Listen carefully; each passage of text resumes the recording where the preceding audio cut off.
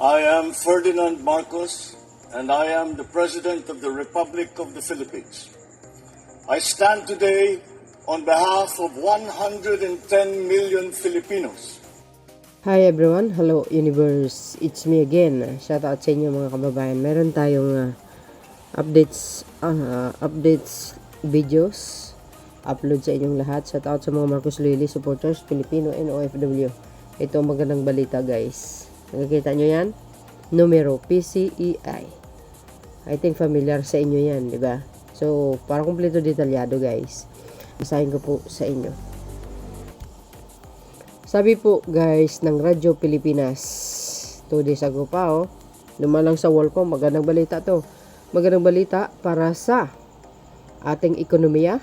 Umakyat ang Philippine Stock Exchange Index, which is ang PCEI, close parenthesis, sa 6,547.98 nitong Martes, matapos ang 5 sunod-sunod na araw na pag-angat ito na ang itinuturing na bagong year to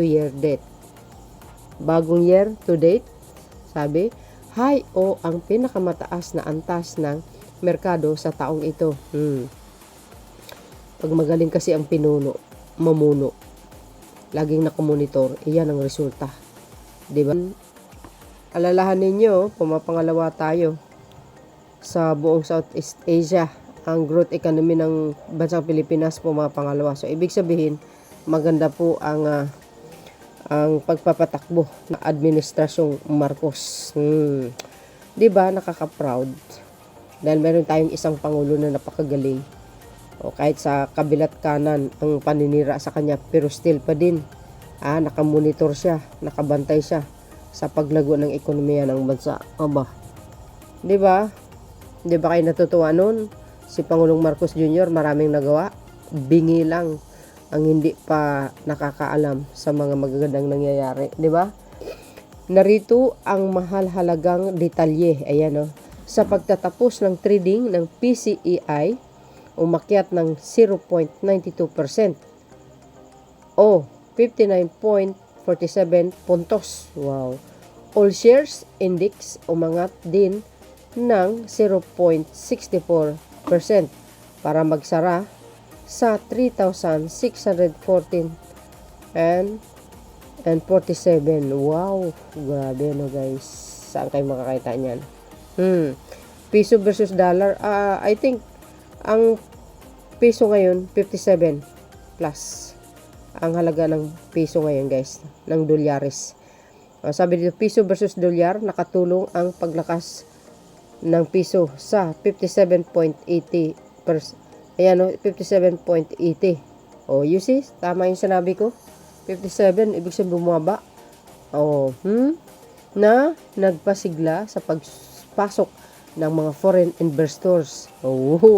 Alam po natin yan, guys. Itong nakaraan linggo, yung isa sa pinakamalaking kumpanya ng Japan nandito, hindi ko na in-upload, guys. Yan. Diba? Diba good news ito? Yung mga anti-Marcos lang, bingi dito. Diba? Hindi, kumbaga patay mali sila kahit alam nila ang paglago ng ekonomiya ng bansa. Ang daming magagandang nangyari. Deadma pa rin sila. Kasi kinakain sila ng ng inggit at saka galit sa puso. Ewan ko ba? Hindi naman sila ninakawan. Yung sinusuportahan nila, yun ang nagnakaw.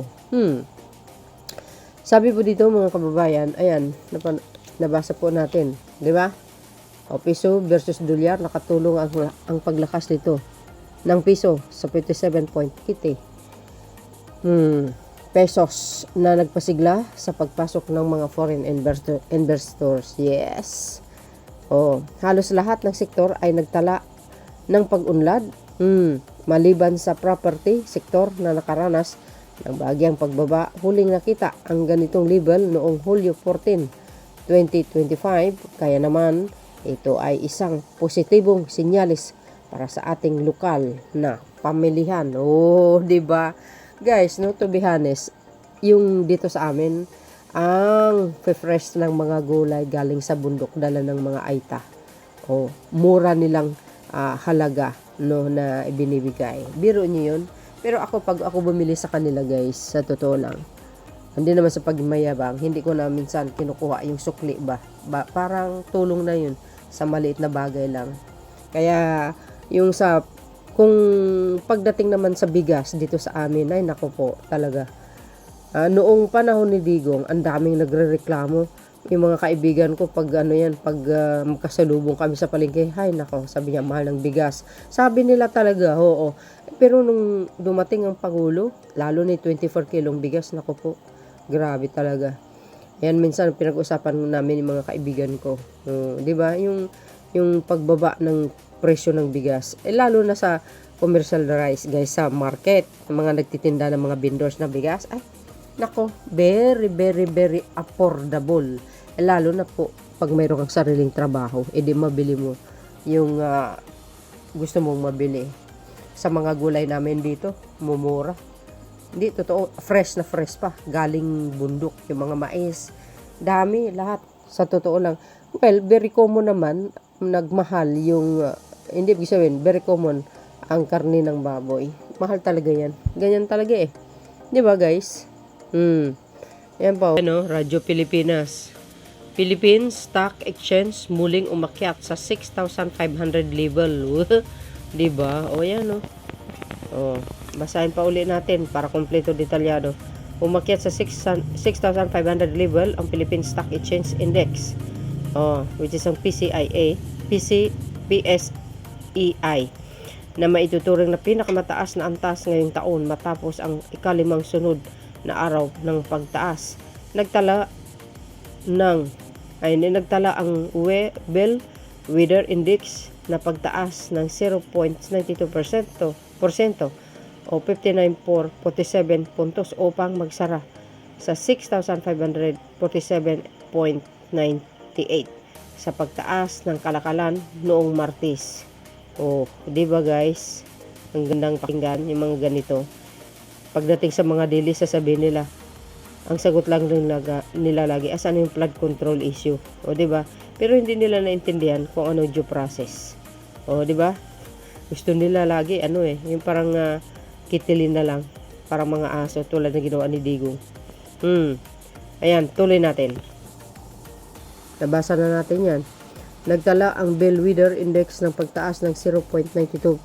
Ayan, na percent o 59.47 puntos upang magsasara sa 6,547.98 sa pagtatapos ng kalakalan noong Martes. Ayan, nabasa natin, inulit ko lang.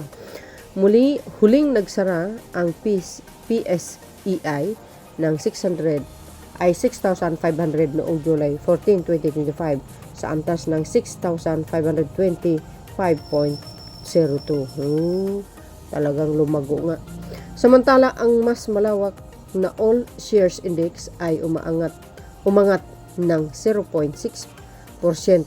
o 22.86 puntos at nagtapos sa 3,614.47. Wagay.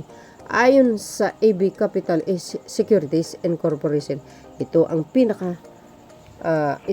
unang pagkakataon ngayong taon nagsara sa itaas ng 6,500 ang PSEI na nagmarka ng bagong year to date high. Galing, no? Nakatulong umano sa pag-akyat ng merkado ang patuloy na paglakas ng piso na umabot sa 57.8 kada dolyar na siyang nagpasigla sa trading mula sa foreign investors. Okay. Lahat ng sektor, sabi dito mga kababayan, ay nagtala ng pagtaas maliban sa property sector na habang bumaba ng 0.41%. Ayan, mga beswa. Ano po ang kapalagayan nyo? Ganda, no? Ng ganitong klaseng balita. Talagang unti-unti na tayo guys na nakakabangon. Sana tumagal si Pangulong Marcos Jr. pala tuloy-tuloy ng pagbangon ng bansang Pilipinas, sa totoo lang. So yun, congratulations sa atin. So yun mga kababayan, congratulations sa atin lahat. 'Di ba? Siyempre, dahil tayo ang isa sa pinaka source kung bakit lumago ang ekonomiya ng bansang Pilipinas. Lalo na ito, 'di ba? Itong PSEI, Philippines Exchange. Ano sabi? Yung ano pala, Philippines